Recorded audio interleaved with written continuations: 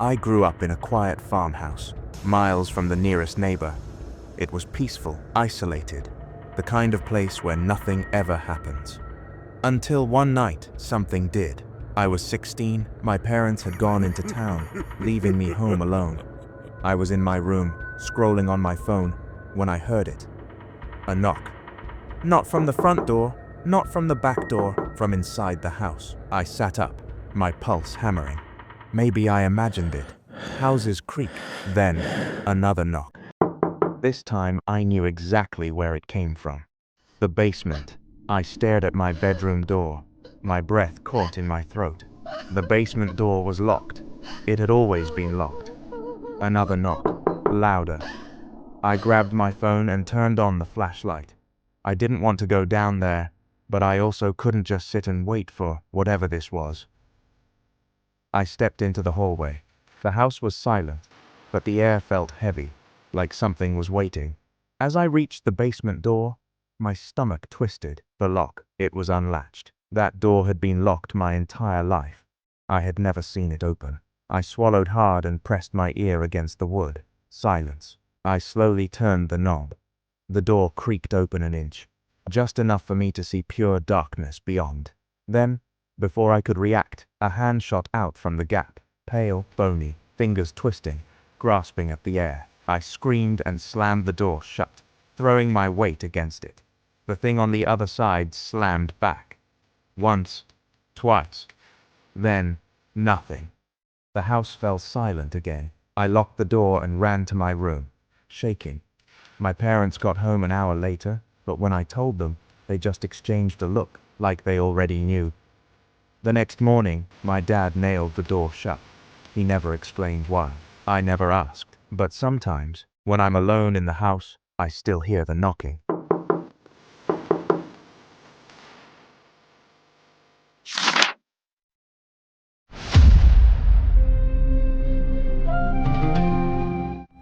I had just moved to Philadelphia for work and was lucky enough to find a cheap apartment close to downtown. The place was old, but it was clean and affordable, too good to be true. I had a roommate, some guy named Jonas, but I never met him. The landlord said he worked night shifts and slept during the day. Fine by me, I liked my space. The weird part, I never saw any signs of him. His room door was always shut, but the bed never looked slept in, and I never heard movement inside. Then things got strange. One night, around 2 a.m., I was in bed when I heard something. Soft footsteps in the hallway. "Jonas?" I called out. No response. I got up and peeked through my door. The hallway light was off, but I swore I saw a shadow move past. I was about to shrug it off when I heard it again. A slow, deliberate creak, coming from inside Jonas's room. Chills crawled up my spine. If he was at work, then who was in there? I stood frozen for what felt like forever. Then, the doorknob to his room turned, just a little. That was enough for me. I grabbed my phone and texted the landlord. "Hey, I think someone broke into the apartment." Seconds later, my phone buzzed. Impossible. Jonas moved out 2 months ago. My stomach dropped. I turned and bolted out of the apartment, not even stopping to grab my keys. The police arrived in minutes and searched the place. Jonas's room was empty, completely bare, like no one had lived there in months. But here's the thing. The police found something. The closet door in that room, it had scratches from the inside, as if someone had been hiding in there. The landlord let me break my lease the next day. I didn't ask questions, but to this day, I still wonder, if I hadn't left that night, what would have happened when the door finally opened?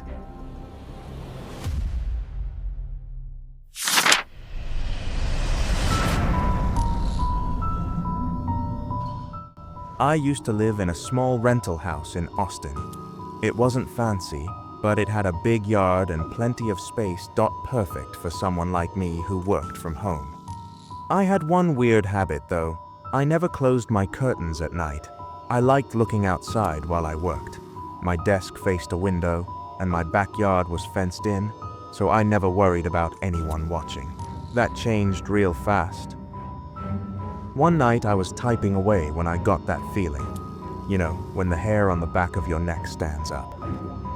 I don't know why, but I just knew someone was looking at me. I slowly turned my head toward the window, and my stomach dropped. There was a man standing right outside. He was pressed up against the glass, his face half hidden in the shadows, but I could see his mouth. He was grinning. I swear I stopped breathing. My hands were frozen over my keyboard. Then he raised his hand and waved. I lost it. I shot up from my chair and ran for the door, yanking it open. But by the time I got outside, he was gone. No footsteps, no sound, nothing. I checked the gate, still locked. How did he get in? And where did he go? I barely slept that night, and in the morning, I called my landlord to ask if there were security cameras. He said no, but then he told me something else. "You're sure someone was outside your window?" he asked. "Yeah," I said. I saw him. A long pause. Then in a quiet voice he said, "Silas, your rental doesn't have a backyard." I felt sick. I ran outside to look. He was right. The yard I thought I had? It was just a narrow alley between my house and the neighbor's brick wall.